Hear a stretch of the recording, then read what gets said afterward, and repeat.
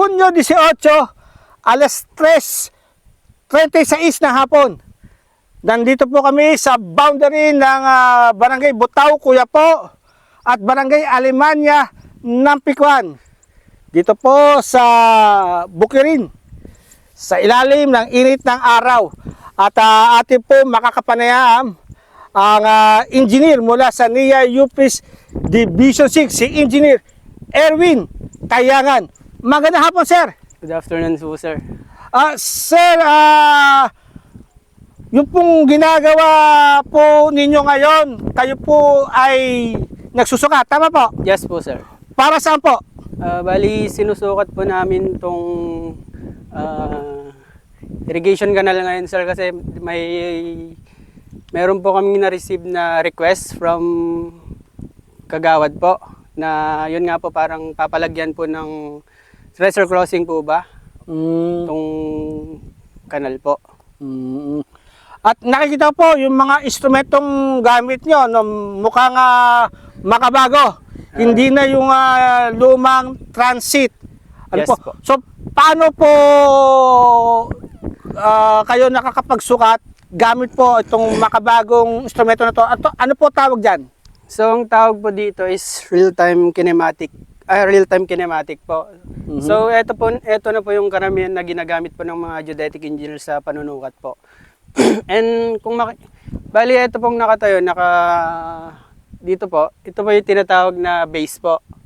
Tapos ito naman pong isa, ito po yung rover.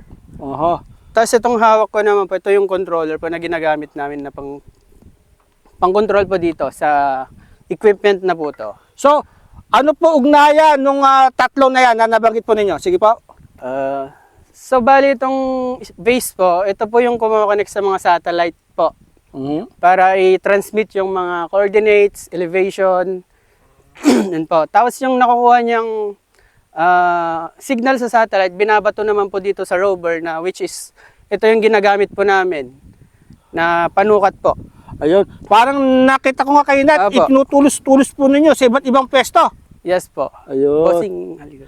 At yan pong hawak nyo, dyan lumalabas po yung sukat? Dito po naka-record yung mga shottings po namin. Shottings. Meron na po siyang coordinates, elevation, tsaka distance po, nakukuha na rin po. Ayun. So, ganun na ka-high-tech ang pagsusukat ngayon? Yes, sir. After po yung masukat po namin is ipaprocess pa po namin to sa laptop po, sa AutoCAD. Para makita po natin yung topographic ng mga sinukat po, tsaka distance, tsaka angle niya po. Okay, so mabilis ang pagsusukat ngayon at mabilis naman na po, sir. mas sakto. Mas sakto na po. Ayun. At after po masukat ay Yun, sir, ipaprocess po namin through laptop po yung mga nasukat po namin. At doon po natin makikita yung result po. So makakagawa na kayo ng ang tawag ng plano? Bali, after ko po may bigay yung sukat po, ipapasa ko po sa, kasamaan ko po sa Division 6 para sila naman po yung magdi-design po nung mga kung ano pong magawa na to na ilalagay po dyan. Maraming salamat, Engineer. Yes, sir. Thank you po.